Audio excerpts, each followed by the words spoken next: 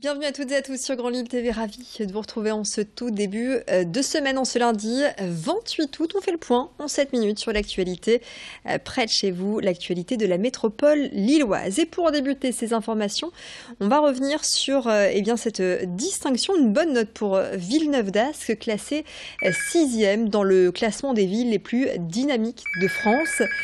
Classement réalisé par le Figaro sur 113 villes. Villeneuve d'Ascq est d'ailleurs l'une des deux villes de province, avec Pessac près de Bordeaux à figurer dans le top 10. Villeneuve d'Ascq se distingue par son faible taux de logements vacants, 3%, ou encore une forte densité d'écoles maternelles primaires, soit 7 pour 10 000 habitants, sans oublier la vie étudiante qui est particulièrement présente. Et puis Villeneuve d'Ascq accueille de nombreuses entreprises, un élément important dans ce classement. Écoutez la réaction du maire Gérard Caudron, interrogé par Céline Nuret. On a toujours eu l'idée qu'il ne fallait pas ajuster les recettes, donc la fiscalité sur les dépenses. Il fallait avoir d'un côté les recettes et ajuster les dépenses sur les recettes. Donc ce qu'on demande aux communes aujourd'hui de faire des efforts, nous, il y a très longtemps qu'on le fait. Et sur les 10 dernières années, par exemple, on a une augmentation de nos dépenses qui est inférieure à 1% en moyenne par an. Il n'y a pas de communes qui sont dans cette situation. Donc ça veut dire que nous avons une fiscalité qui est très modérée. On est dans les 2/3 au plus bas de la métropole européenne lilloise. Et donc c'est vrai que dans le calcul des entreprises, entre l'attractivité qui les donne envie de venir et le coût que ça représente, il n'y a pas photo. Des vols à répétition à la mosquée As-Salam à Lille-Moulin. Depuis plusieurs mois, les responsables des lieux subissent bon nombre de larcins. Régulièrement, les mosquées sont visitées et ce sont des objets et de l'argent des fidèles qui disparaissent. Le voleur présumé a été interpellé mais immédiatement relâché. Selon les responsables de la mosquée de Lille-Moulin, il s'agirait d'un toxicomane habitué du quartier et qui souffrirait de troubles mentaux. D'autres mosquées subissent les mêmes désagréments, notamment dans le quartier de la Porte des Postes, de l'Île-Five ou encore à Mons-en-Barœul. Alors le ras-le-bol s'installe, les responsables dénoncent l'inaction de la police et attendent une prise en charge psychiatrique du voleur présumé pour que leur lieu de culte redevienne paisible. Xavier Silly a rencontré ce matin l'un des représentants de ces mosquées. Lui, il a trouvé une faille comme quoi ils sont impunis auprès de la justice et il va encore refaire le même méfait et on ne souhaiterait pas que ça se renouvelle. Donc on lance un appel auprès de nos élus pour régler ce problème-là. Parce que nous, on a déjà très peu de subventions pour pouvoir fonctionner dans nos mosquées, voire on n'en a pas du tout. C'est auprès de nos fidèles qu'on ramasse le peu de pécunier pendant les mois de Ramadan, on ramasse un peu d'argent pour pouvoir fonctionner toute l'année. Et à ce moment-là où il opère, et le problème c'est que malgré qu'on ramasse pas d'argent, il vient dans nos bureaux, il nous casse. Là, à la mosquée de Porte des Postes à Souna, il est venu il y a 2 semaines de ça, il a cassé la porte. Il va falloir qu'on investisse encore dans des portes alors qu'elle l'a déjà fait, elle est toute neuve. Et donc notre souhait, ça serait qu'on résolve ce problème-là. La suppression d'une partie des contrats aidés annoncée récemment par le gouvernement n'en finit pas d'inquiéter. C'est le cas dans le domaine du handicap, car de nombreux contrats aidés sont occupés par les AVS, les auxiliaires de vie scolaire, d'où l'inquiétude du collectif citoyen handicap.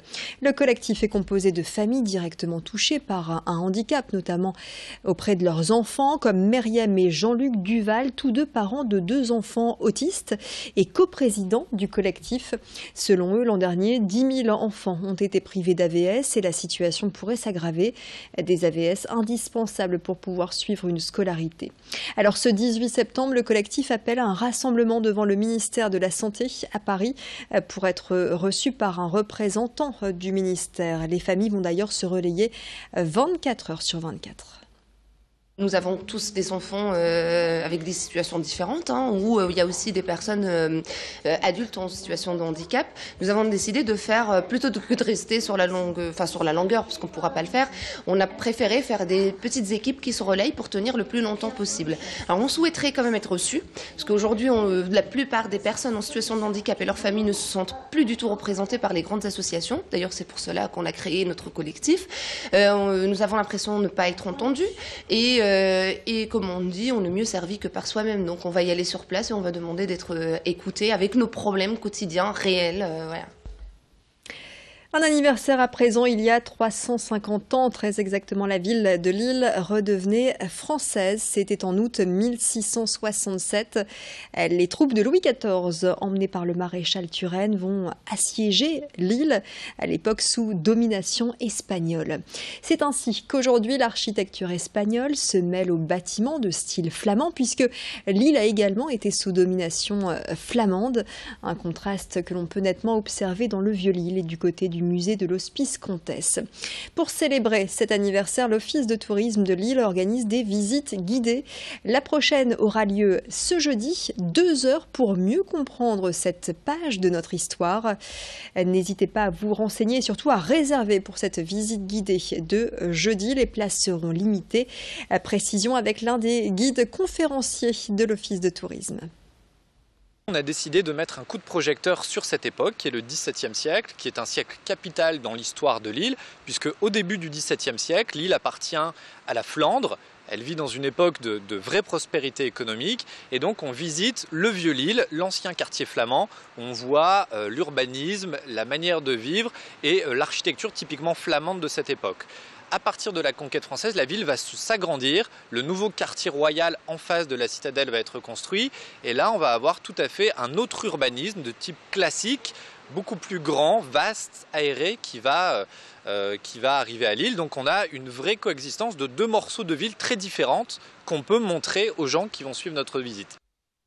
Et à noter qu'une exposition virtuelle consacrée à ce 350e anniversaire est à découvrir sur le site des archives municipales de Lille sur archives.lille.fr. Et c'est la fin de cette édition. Merci à vous de l'avoir suivi. Merci de votre fidélité à Grand Lille TV. Tout de suite, les prévisions météo au beau fixe de cette nouvelle semaine. Excellent moment à vous tous.